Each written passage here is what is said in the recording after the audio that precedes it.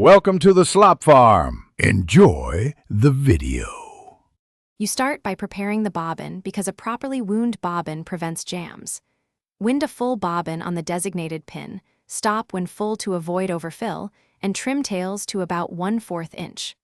Once done, put the bobbin into the bobbin case or its holder correctly oriented so thread exits in the specified direction.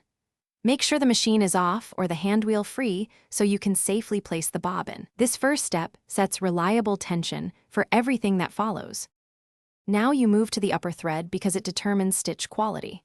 Put the spool on the pin with a cap, then guide thread through each numbered path. First the guide, then the tension discs, and up through the T-cup lever. This lever controls slack during stitches. Continue down following the diagrams to the needle area, pass through any final thread guides, and then the needle eye front to back. Make sure to leave a 3 to 4 inch tail so you can draw up the bobbin thread when you start sewing. Finish by drawing up the bobbin thread so both threads sit under the presser foot. Hold the upper thread tail lightly, turn the handwheel toward you to lower, then raise the needle. This action catches the bobbin thread and pulls a loop up. Pull both threads toward the back about 2 inches.